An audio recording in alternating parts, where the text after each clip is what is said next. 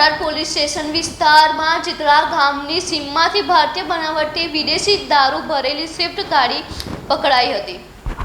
police મહાનિરીક્ષક Chirag Kordia સાહેબ, સરહદી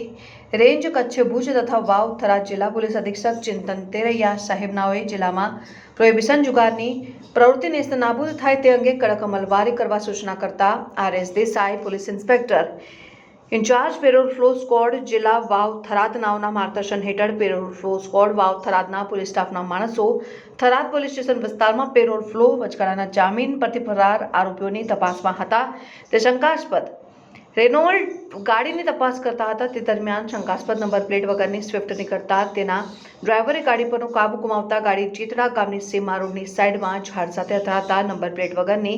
Swift ગાડીમાંથી ભારતીય બનાવટના વિદેશી દારૂ બિયર ટીનની બોટલ નંગ 472 જેની કિંમત ₹99,122 અને મોબાઈલ નંગ 3 કિંમત ₹15,000 તથા